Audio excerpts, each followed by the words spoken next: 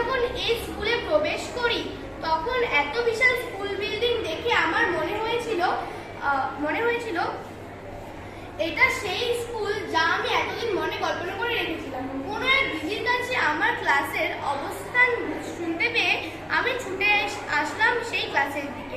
ক্লাসে এসে ফার্স্ট বেঞ্চে এক জায়গায় বসলাম। কিছুক্ষণ অপেক্ষা করার পর একজন ম্যাম আমাদের ক্লাসে প্রবেশ করলেন। ম্যামকে সবাই গুড মর্নিং বলায় ম্যামও আমাদের গুড মর্নিং বললেন। তারপর তিনি ক্লাসের নিয়মকানুন, স্কুলের নিয়মকানুন, পরিষ্কার পরিচ্ছন্নতা, ড্রেস, হাতের নখ থেকে শুরু করে সব বুঝিয়ে দিলেন এবং সবাই সেই নিয়ম মেনে চলুন। কিছুদিন পর আমাদের প্রথম পর্যায়ে ও দ্বিতীয় পর্যায়ে শেষ হলো। তিনি আমাদের একটি দ্বিতীয় পর্যায়ের প্রজেক্ট দিয়েছিলেন, সেটি হলো গার্ডেন তৈরি করা। স্কুলে এত গার্ডেনের ঘাস দেখে আমরা সবাই ভয় পেয়ে গিয়েছিলাম, কিন্তু ম্যামের উৎসাহিত হয়ে আমরা সেই গার্ডেন পরিষ্কার করে গাছ গাড়লাম।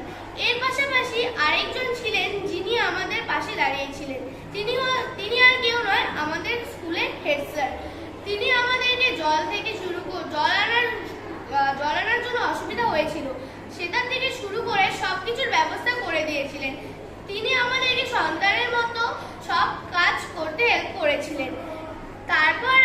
তাই আমরা তার রুমে যেতে কখনো ভয় পাইনি। তার রুমে যখনই গিয়েছি তিনি যতই ব্যস্ত থাকুক না কেন আমাদের হেল্প করেছে।